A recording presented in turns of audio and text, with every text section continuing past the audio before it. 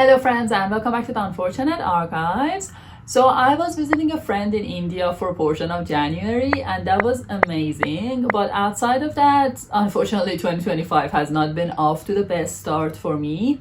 I did also break my camera's memory card, so I'm filming this on my phone. Hopefully the quality is okay.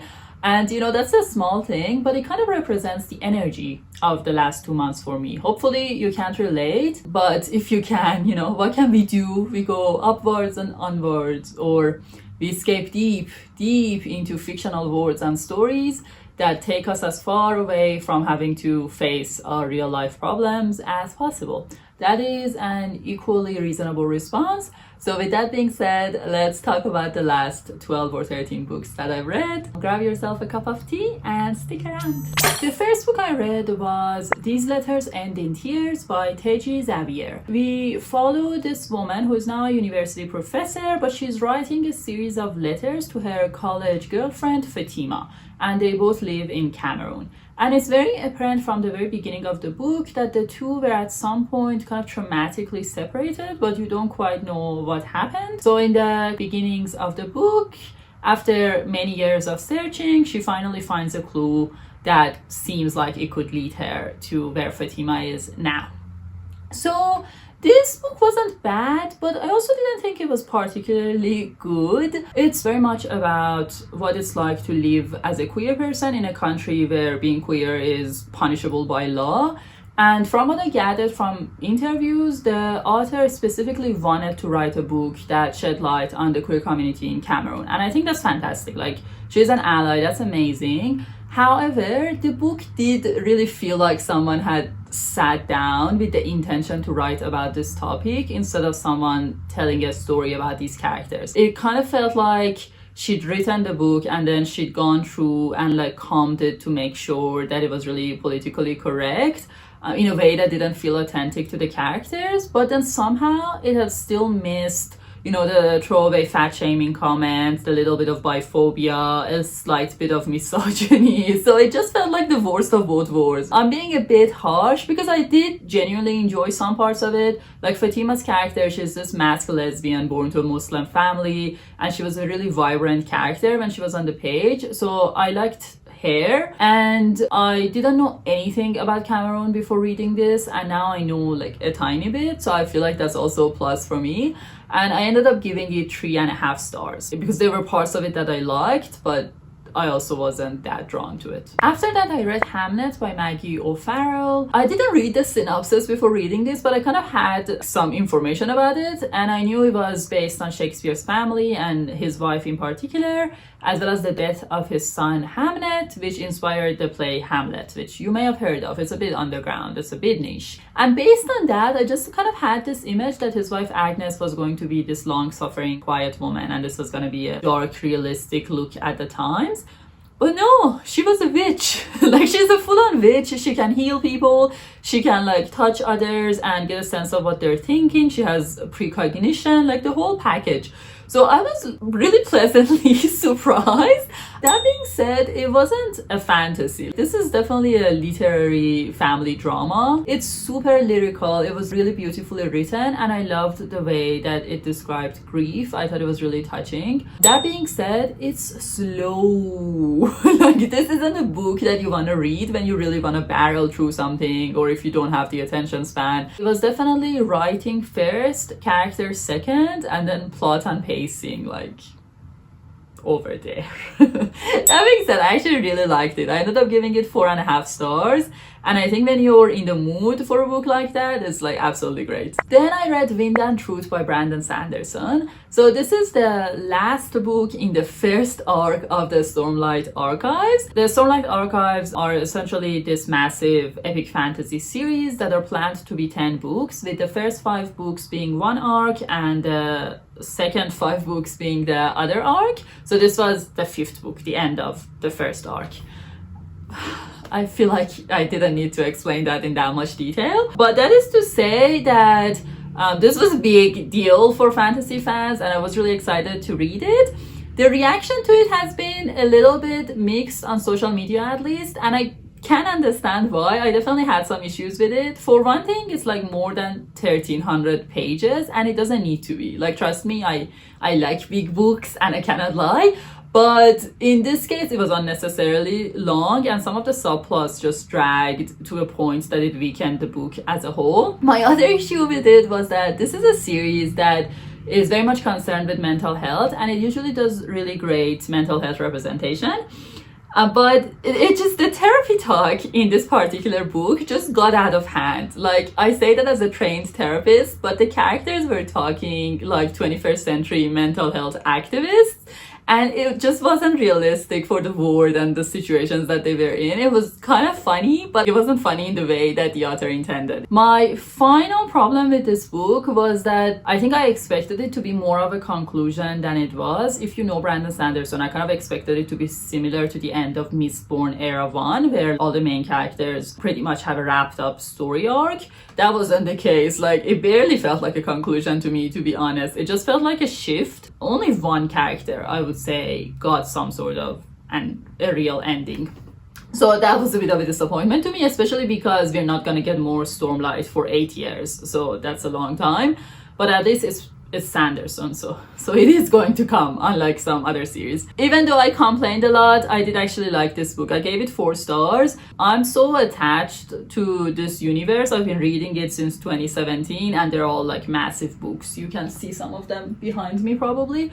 So I've spent a significant portion of time in Roshar and with these characters, so it was just kind of nice to be back there. And it did still have plenty of really epic moments, especially if you like Adolin. He had the best moments in this book, so it was good. I gave it 4 stars, and people are acting like it was terrible. It wasn't terrible. It was just like a little bit wonky, but still good. Then I read 6 Deaths of the Saint by Alix E. Harrow, and this is a short story. I don't usually mention short stories unless they're in a collection, but this one is very internet famous, so I wanted to talk about it. This is essentially about a badass warrior woman, the prince that she fights for and later turns into a king and then an emperor, as well as her incredibly loyal squire that follows her across all these years. So I really liked it. I mean, it has a badass warrior woman. It also has a really cool narrative trick, and for how short it is, it's kind of a sweet love story. So I liked it. That being said, this is so internet famous. I feel like I've heard so many people talk about how it's their favorite short story of all time. So I had sky-high expectations, and they weren't quite met. So I was just kind of like, it's good. It's very good. I would have actually preferred this to be novella length, because then I feel like I could have had more of an emotional connection with the characters, and especially the love interest would have been more developed as a person, because he really wasn't in what we got. But you know, for 30 pages, it's great. I like recommend it. Why wouldn't you read it? But you know, it's not like my favorite short story of all time. Then I read Annibot by Sierra Greer. So in this book, Annie is an artificially intelligent robot, and she's owned by your average white dude, Greg, and she basically exists to take care of his every need. Greg goes on and on about how she's so intelligent that she is no different from a real woman. However, the more intelligent that she becomes and the more that she learns and grows, the more problems seem to arise in their relationship. I actually really liked it. It was great. The premise is hardly groundbreaking. Like, I feel like Black Mirror has done this premise in 100 different ways. However, the book did still have something new to say, mainly because even though this is technically sci-fi, it wasn't written through that sci-fi lens of, you know, wanting to explore the consequences of some new technology. Instead, the point of this book, at least for me, was much more about how if Annie wasn't a robot, if she was just a vulnerable young female character, the relationship dynamic between her and Greg could have stayed pretty much exactly the same, and it still would have been realistic. Annie is programmed to put the man's need above herself and to change how she talks and dresses to suit his preferences. and to think for herself, but not to the extent that it would intimidate him or make him uncomfortable, and to essentially take care of all the like emotional and domestic legwork of the relationship. So, you know, the programming wasn't that different from your run-of-the-mill socialization of women to suit the patriarchy. So it was interesting to read, and the cherry on top was the fact that Greer kept getting pats on the back from everyone for not being as abusive as he could have been as an owner. So it was definitely interesting. It's short, it's also like really well paced, so I feel like you can read it really quickly and it still has something to say. So I gave it 4 stars. I really liked it. Then I read Immortals by Lynn Tan. This is a romantasy. We have a human kingdom that has been cut off from the rest of humanity by the Immortals, and Immortals in this book are these godlike figures that are inspired by Chinese mythology. So our main character is the granddaughter and heir to the human king. In the beginning of the book, Grandpa King is scared to death after meeting with the Queen of Immortals and her god of war. The main character is understandably not happy with the Immortals, and when she takes the throne, she has to go to the realm and swear her loyalty to the queen. She instead wants to use that time to find a way to free her kingdom. However, of course, she's meant to stay in the God of War's palace, and it turns out he's like super hot. He's like really hot, and he reads and he doesn't hit the servants. So, you know, that obviously complicates things. And what is she meant to do? Like, is she meant to put her heart first, or this hot dude first? This is very tough. This book disappointed me monumentally. Like, I actually feel quite salty about it. I felt betrayed. I felt stabbed in the back because I loved the other duology by this author. So I expected good things, but the difference in quality between the two was insane. I don't understand how this happened. And I know people love to hate on BookDog. I generally don't agree. But this was the first time I read a book, and I was actually like, did you just write everything in this to appeal to as many buzzwords on BookDog as possible without paying any mind to how to actually like make those tropes make sense? I thought it was really poorly written. And then there were all these important character moments and relationship moments that were just like relayed to the reader retrospectively through really unnatural dialogue. The characters were just stupid. The relationship made zero sense. And there was one twist that you can kind of guess from the beginning, because the twist is the only way that you could kind of explain how instantaneous the relationship was. So I guess that was what was going on, but the author seemed to think that that twist could then justify everything else. But it didn't. It really couldn't. So I gave it 2 stars. But then after I finished it, I saw that on Goodreads, it had a 3.96 rating, and the majority of the ratings seemed to be 4 or 5 stars. So I don't understand. Like, I don't know what was happening. I thought this had 0 redeeming qualities. So if you read it or have read it, please let me know what you think. But I don't see how I would change my mind. Like, if this book has no haters, I am dead. I have left this earth. Now we're entering the time in the month when I was really losing it, because I read a self-help book, and I didn't just read any self-help book, I read the wrong self-help book.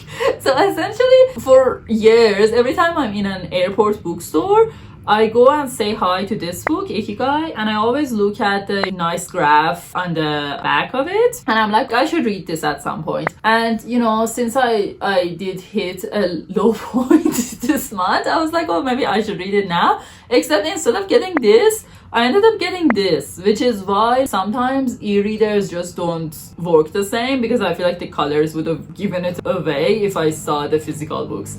But anyway, this is fine. Like, it was fine. It was essentially a series of really short and mainly uncited concepts drawn from other popular self-help books with like brief anecdotes, somehow tying them to Japanese culture. The exercises and concepts and stuff weren't bad. They were described in very broad terms, so you could take them and apply them to your own life and situation. But it also meant that there wasn't much room for depth or nuance. plots, and I don't think there's much in there that you don't already know. I was drawn to it because, you know, I'm drawn to anything Japanese usually, and also because I'm really drawn to this idea of somehow finding a job that I don't hate. So I thought, you know, this was the perfect combination, but I don't think it did well in either of those aspects, but I also don't think it's harmful. I feel like most of the exercises have the potential to be at least somewhat helpful if you do them. And, you know, for a self-help book, just simply not saying anything that's fully crazy and genuinely bad for you, I feel like that's a win. So I gave it 3 stars, but I generally wouldn't recommend it. Okay, so then I read The Storytelling Animal by Jonathan Gottschall. This is a non-fiction book written by a literary scholar where he tries to answer the central question of why humans are drawn to stories. And his argument is that if stories were just a pointless use of time or resources, then evolution would have evolved us past them, but since it clearly hasn't, then that means there must be some sort of survival benefit to storytelling. And he argues that stories essentially serve as sort of a simulator for real life, where you can practice all sorts of conflicts and in particular get better in social skills. It's a really interesting concept. The book is from 2012, so it's not like the research is the latest in the area, but it is mostly cited, so it definitely has some academic merits. That being said, there were other times when it just used terms like many studies have found, and I was just like, okay, like, are there studies in the room with us? Like, what studies, where? There was one case where he was like, oh, everyone nowadays agrees that gender has a biological basis, but we just don't say it in polite company. And I was like, do they? Like, does everyone agree? Can you, like, cite your source? So, yeah, it was slightly sus at times. And then my other problem with it was that it was written in this very, like, dude bro-y way. He seemed to think that the only way to grab readers' attention was to mention sex in some way. After a while, I just got tired of it. I was like, do you not have any other type of example? Like I said, the concept is good and it does, you know, talk about lots of different things like memory, RPG games, religion, children's play, therapy, and it talks about story in all of those, but it doesn't go in enough depth in any of those concepts.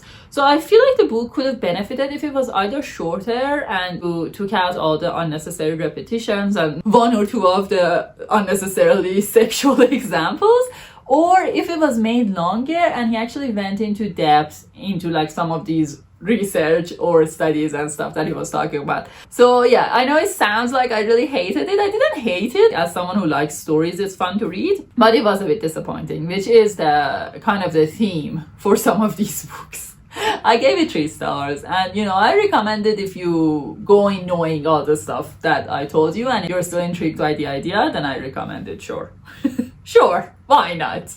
God, I am sounding like a cranky old woman in this video, which is what I always aspire to be.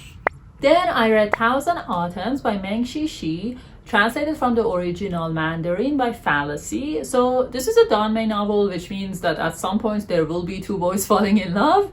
And this is in the xianxia genre, which from my understanding essentially means that it's set in a fantasy world that's inspired by ancient Chinese culture and Chinese mythology. We have groups of cultivators who are people that cultivate spiritual power through martial arts and meditation, and they go up in strength levels the more that they do it, with the final levels being ascent to godhood, and like before that is immortality and things like that. In this book in particular, we begin with a mentor and a mentee who are out on a walk, and they run across this injured man who looks like he's close to death, and he's also been blinded. And they figure that he is Shen Chao, who is a cultivation sect leader that seemingly has been defeated in battle and left to die. So the mentor and the mentee are actually from a demonic cultivation sect. So what that means is that they don't follow the traditional ways and they're kind of looked down upon for being evil and immoral, which based on this book seems like a correct perception, to be honest. But anyway, So the mentor guy, Yan Wuxi, decides on a whim to take this man home, and they let him heal, and when he comes to, it turns out he has amnesia, of course. And Yan Wuxi decides that it would be hilarious if they just tell this man that he was one of his students and that he's a follower of the demonic path, essentially, to corrupt this dude who was known for his steadfast morality. Now, this was just the first book in a series, and from my understanding, the whole series then revolves around the relationship between these two and their clashing senses of morality, because Yan Wuxi is very much the kind of person who thinks all humans are inherently selfish, while Shen Chao is, as I said, like this very moral person. It's interesting because in this book I could definitely see the potential for a really great series, a really great story, but I didn't enjoy the first book at all, mainly because it was incredibly slow. And there were two reasons for that. One, and the main one, was that the majority of the prose wasn't like action or description or dialogue. It was just literally the narrator telling you things, like huge chunks of information all at once, and then the information would be repeated across multiple chapters. And I think that's because the book was originally released in a serialized version online, and in that case it makes sense to repeat information because the reader has read the last chapter a week ago or something, so they may have forgotten. But when you read it all after one another in a book format, it gets old really quickly. There was also a lot of political world building being done in the background to the story, and I get the sense that that stuff is going to be relevant in future books, but because it wasn't relevant in the current book, it was really hard to care about. So yeah, that didn't help with the pacing. That being said, I'm still kind of tempted to continue with the series, mainly just because of Yan Wuxi's character, because it's so fun to come across a character who is so like undoubtedly selfish. Like, there's no denying it. The book doesn't try to redeem him in any way. It's not like he doesn't care about morality. He's like actively a bad person. So that was really fun. That's really fun, especially because I know he's going to be a love interest at some point, so I'm so intrigued to see how is that gonna happen? What's his character journey going to be like? So I'm kind of on the fence about continuing with this series, but at the current point in time, I didn't feel the urge to pick up the next book. So I gave this 2.5 stars, but if you've read it, please let me know if you think I should continue. After that, I read What I Talk About When I Talk About Running by Murakami. This is a very short book that's essentially all about Murakami's experience with long distance running. And there are some tiny bits of like biography and comments on writing and things like that thrown in there as well. So I've heard people say that this is a book that you can only enjoy if you are a runner. I don't think that's the case. It really very much felt like someone who was really passionate about marathons and this particular sport was just like sitting down with you and having a long conversation about what running has meant to them across their life and how it has shaped them into being who they are. So I think if you're the kind of person who is interested in what gives meaning to other people's lives, then you can enjoy it, even if you're not a runner. I'm certainly not a runner. That being said, I always have kind of a complicated relationship with Murakami because I actually really like his writing style, but I hate his books. And that's mainly just because of the blatant sexualization of female characters that just like fully ruins the reading experience for me. So I was really like looking forward to this opportunity to read one of his books that presumably wouldn't have any of that. But he did still find a way to like throw in the few odd comments about the women joggers that he would see, which is a feat, you know, in such a short book. So at least we know for sure it wasn't ghost written. And I would say the bright side is at least these women weren't described solely through the size of their breasts, the way that they would be if it was in one of his fiction books. So I guess that's also good. I ended up giving it 3.5 stars. I wouldn't have picked it up if it wasn't just like in the library of a hostel I was staying at, but you know, the universe brought it to me and I didn't say no. After that, I read The Vanished Birds by Simon Jimenez. And this is kind of a hard book to describe, but I'd say it's about a spaceship captain called Nia Imani, and it takes place sometime in the future after the Earth has pretty much been destroyed. So this woman ends up getting contracted to take care of this young boy child, young boy child with mysterious origins who may or may not also have mysterious powers that could alter the course of humanity. So from hearing that description, you probably now have like an image of what this book will be in your mind, and you're probably wrong, because it's like a very weird and unusual book. I think this is going to be something you either really love or hate.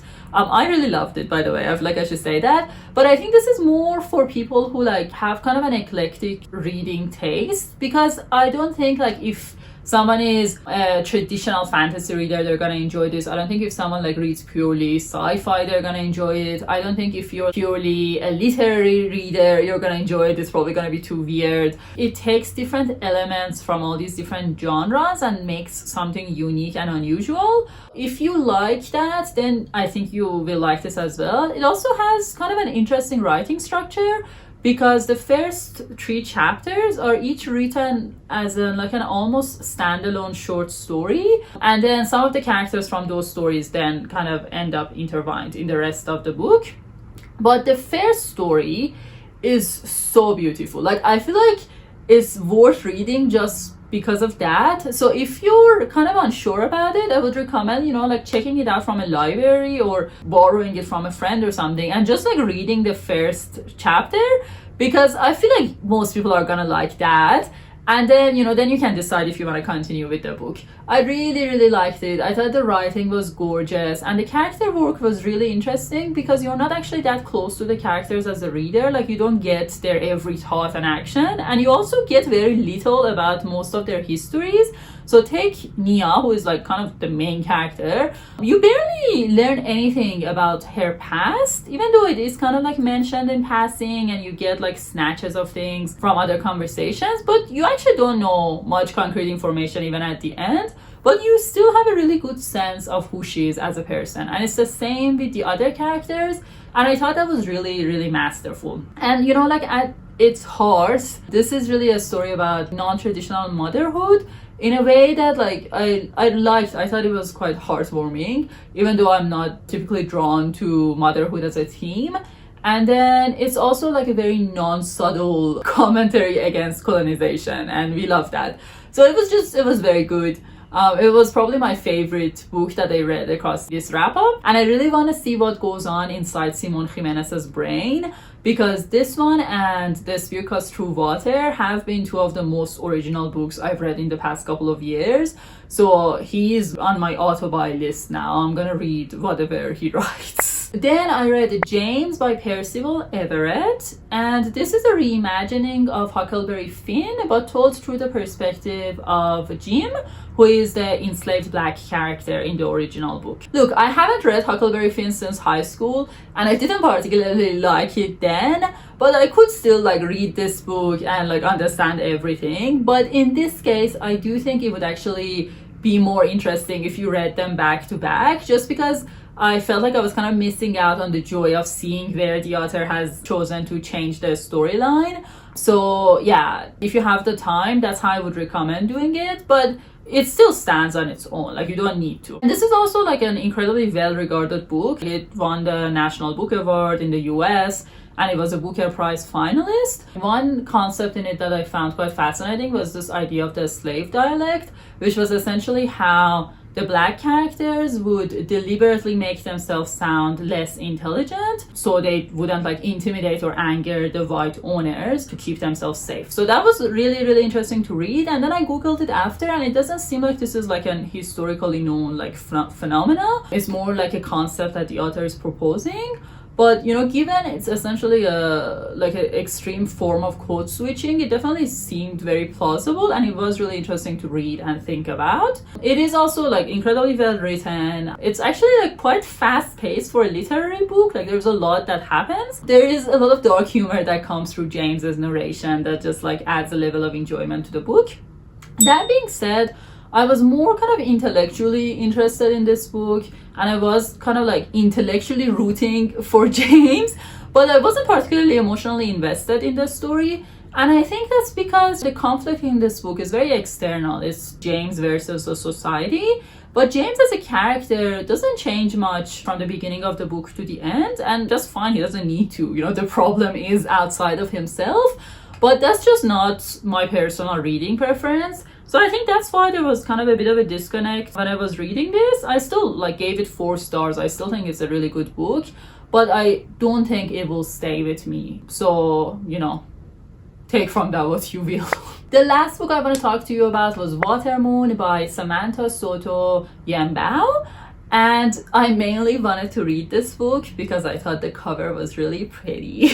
In this book, we follow Hana, and Hana lives with her dad in a world that's very different from ours, but it's connected to our world through a ramen shop in Tokyo. And occasionally people from our world kind of wander into theirs, where they run a pawn shop. And in this pawn shop, you can pawn one of the choices in your life that you regret. And then essentially you can leave there feeling lighter, having forgotten the choice. And we don't quite know what Hana or her dad do with the choices.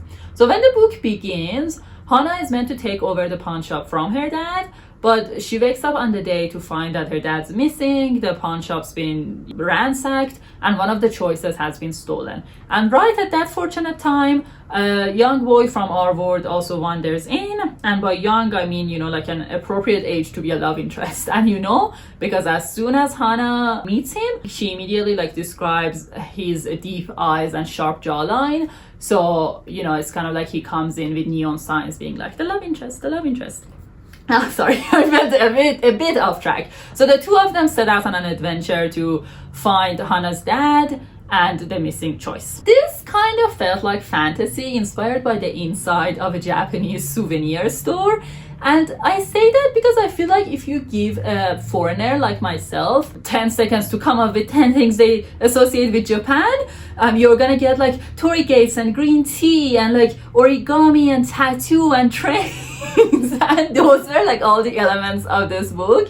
So, you know, the inspiration felt a little bit on the nose, but it's not like I have the moral high ground. I get it, girl. I'm also like obsessed with many things from Japan, but it was just kind of funny. And initially I was a bit confused because I was like, did a Japanese person really write this? Like, this doesn't seem right. And then I looked into it and like the author isn't Japanese, so it makes sense. But it's actually, to be fair, even though the influence was kind of a little bit shallow, let's say, what she did with those individual elements was actually super whimsical and really imaginative. So I actually really enjoyed that aspect of the book. And then in terms of the rest of the book, it's actually like very decently paced for the most part, up until the end where it gets quite rushed. All the chapters are really short, so it wasn't hard to read at any point. It was just kind of like a pleasant reading pace.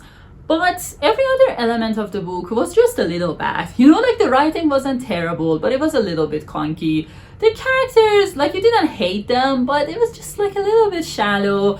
And their relationship developed ridiculously fast. Like ridiculously. I was just like, why are you like, how are you this into each other? You don't even know each other. Like, what is happening? None of those things were bad enough to ruin the book alone. Even together they didn't necessarily ruin the book, but it was still like no more than like a 3.5 star reading experience. You know, it was fine. I feel like it was worth reading just because of the whimsy, but I do kind of wish that it had, you know, different characters and a different relationship dynamic, and that it was written differently.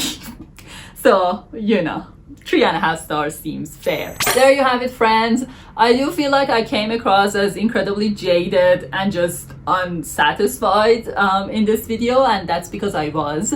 Yeah, I swear I do actually like books. If you're new here and you want to hear me talk about books that I enjoy, please check out my top 10 books of 2024 video. In fact, I might go and watch it after this just to remind myself that there are incredible books out there, and hopefully at some point I will find one again. If you've been having better luck in your reading this year, please drop me a recommendation because I need it. I genuinely do. And yeah, if you liked the video, like and subscribe, as they say. And please take care of yourselves, and I'll see you real soon. Bye!